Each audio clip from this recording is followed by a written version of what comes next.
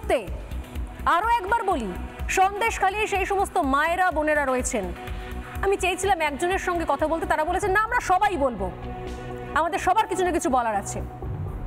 তারা প্রত্যেকে বলছেন, তারা রয়েছেন, তারা সাহস করে এগিয়ে এসছেন। এই জন্য প্রথমেই বলি, আপনাদের কুর্নিশ, আমার স্যালিউট। যদি শুনতে পান আমার কথা, আপনাদের স্যালিউট, আপনাদের কুর্নিশ। রিপাবলিক বাংলা আমাদের পাশে আছে। আমি স্বর্ণালী শুরু থেকে আপনাদের কথা বলে এসেছি, আবারও বলবো, কোনো কিছুর ভয় পিছিয়ে আসবেন না।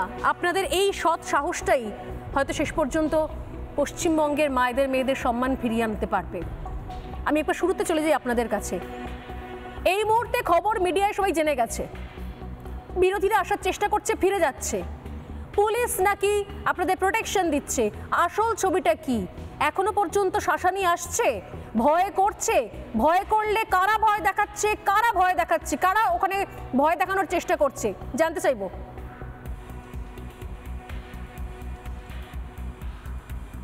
কেন উত্তমস্থান এসে বাড়িতে মারধর করলো, হুমকি দেখালো, আমার মা বাবা বিদ্রোহ। হ্যাঁ আমি ধরছি, আপনি বলুন। বলো। হ্যাঁ, আমার মা বাবাকে মারধর করলো, আমাদেরকে বাড়িতে মারধর করলো, এই যে কোনো ব্যবস্থা করলো না, কিংবা কোনো হচ্ছে হসপিটাল নিয়ে গেলো, সেখানে চিকিৎসা করলো না। এটা দিদি কি দেখছেন? আর হচ্ছে উত্তরমস্তারা কি করছেন আমাদেরকে বলুন। আর এইসব বাড়িতে হুমকি দেখানো, জব কার্ডের টাকা দিচ্ছেন না, এই যে ঘরে ছবি তুলে নিয়ে যাচ্ছেন তার টাকা দিচ্ছেন না, এটা কি ব্যবস্থা করলেন উত্তমস্তা আর সাজা? আর ওই শিবু হাজরা কি করলো আমাদেরকে? কিছুই দেখালো না, কিছুই করলো না। হ্যাঁ, জব কার্ডের টাকাও সে মেরে নিল আমাদেরকে, সেখানে তো কিছুই রাখলো না আমাদেরকে। আপনারা সবাই মুখ ঢেকে বসে আছেন কেন? কারণ মমতা বন্দ্যোপাধ্যায় বলছেন আপনারা যারা মুখ ঢেকে রয়েছেন, কথা বলছেন, আপনারা সবাই নাকি ওখানে বিজেপি করেন। কিসের ভয় আপনারা আপনাদের পরিচয় গোপন করতে বাধ্য হচ্ছেন? যে বলতে চান বলতে পারেন, কোনো অসুবিধা নেই, আমি শুনতে পাচ্ছি সবার কথা। আমরা এই যে আতঙ্ক, আমাদের যে হুমকি দেখানো হচ্ছে, এই যে আমাদের মায়েদের উপরে যে মানে খারাপ ব্যবহার করেছে উত্তম সর্দার, শিবু হাজরা, মানে মায়েদেরকে রাতের পর রাত, দিনের পর দিন এই যে নিয়ে গেছে, এটা যে শুনেছেন আপনারা, সেটা সত্যি কথা, এটা বাস্তব ঘটেছে বলে ওই জন্য আমরা মায়েরা তুলে ধরছি যে আমাদের যে এই যে মায়েরা আমরা কত সহ্য করব, দিনের পর দিন, রাতের পর রাত, ওরা যদি এতই টর্চার করে আমাদের উপরে। আমরা এই মুখ ঢেকে যে কথা বলছি তোমাদের সাথে, আমাদের খুব কষ্টই আছি আমরা, এর শাস্তি চাই, শাস্তি চাই। মুখ্যমন্ত্রী বলছেন যে আপনারা ওই সন্দেশখালীর বাসিন্দাই নন, আপনারা বহিরাগত, বাইরে থেকে বিজেপি আপনাদের নিয়ে এসেছে, তাই মুখ দেখাতে পারছেন না। আপনারা কি বহিরাগত? আপনারা কি সন্দেশখালীর বাসিন্দা নন? ওনারা একটা স্বর্ণালী, আমি পিঙ্কি রয়েছে তোমার সঙ্গে, এবং ওনারা একটা গান করতে চান যেটা হয়তো বোঝাবে যে কতটা ওরা বহিরাগত। দিদি, আমরা আদিবাসী, আমরা এখানের স্থানীয়, আমাদের আমরা আদিবাসী।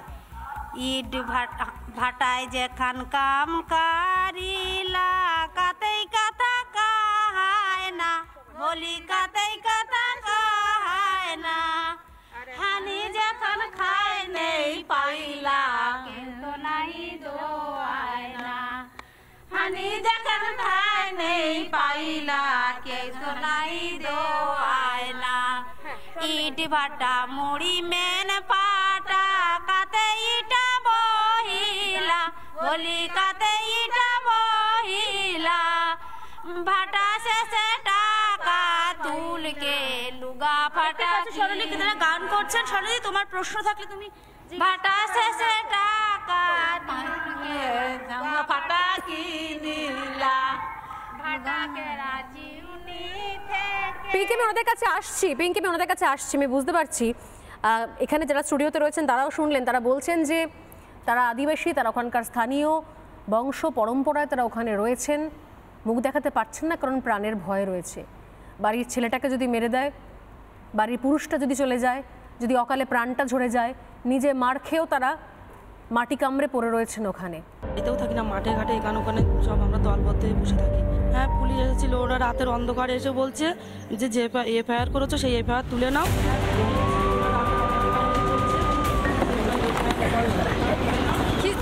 করে দিচ্ছে, কোনো মানে জানে যে আমাদের মুখ্যমন্ত্রী পাশে আছে, ওই জন্য ওরা মানে উত্তেজিত হচ্ছে। পুলিশ সঙ্গে আছে, একই বাইকে হয়তো ওনারা 3 জন আছে, তার মধ্যে হয়তো একটা পুলিশ, 2 জন হচ্ছে দুষ্কৃতী, এইভাবে ওনারা আছে, পুলিশ পাহারাই আছে। যদি দুষ্কৃতীদের কোনো কাজ করতে পারে যখন পারছে না, তখন পুলিশ সেই কাজটা করছে।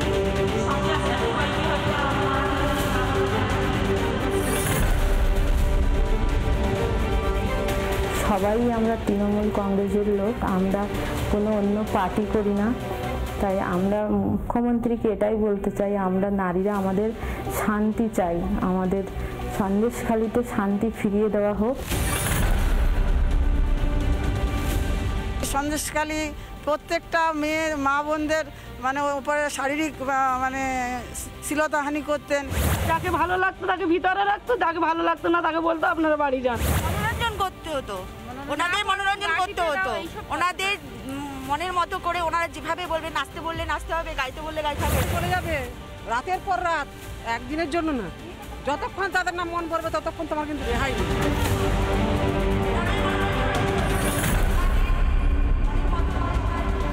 আরও শাসাচ্ছে যে ওরা কতদিন তোমাদের পাশে থাকবে, চলে গেলেই তোমাদের উপরে অত্যাচার হবে, তোমাদের রাতারাতি তুলে নিয়ে যাব, নিয়ে সারা রাত রাখবো, সকাল হলে টান মেরে ফেলে দেবো, এরকমই বলছে।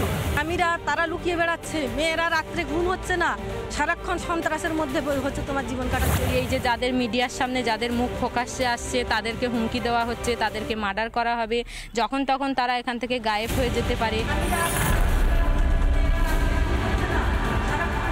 বলা হয়েছে মিডিয়া সরে গেলে, রিপাবলিক বাংলা সরে গেলে তখন ব্যবস্থা হবে, বুঝে নেওয়া হবে। হ্যাঁ বলেছে তো, বলেছে এটা? হ্যাঁ অবশ্যই বলেছে যে মিডিয়া কতদিন প্রোটেকশন দেবে, মিডিয়া চলে যাক, তারপরে দেখা যাবে কি হচ্ছে ওখানে।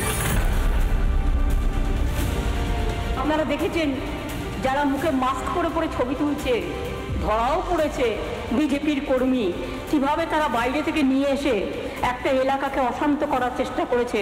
আমরা যে বিজেপি পার্টি করি কিংবা সিপিএম পার্টি করি এরম নয়, আমরা সবাই তৃণমূলই করি। আমাদের সন্দেশখালী যারা বিক্ষোভের মধ্যে বেরিয়েছি আমরা সবাই তৃণমূল পার্টিই করি।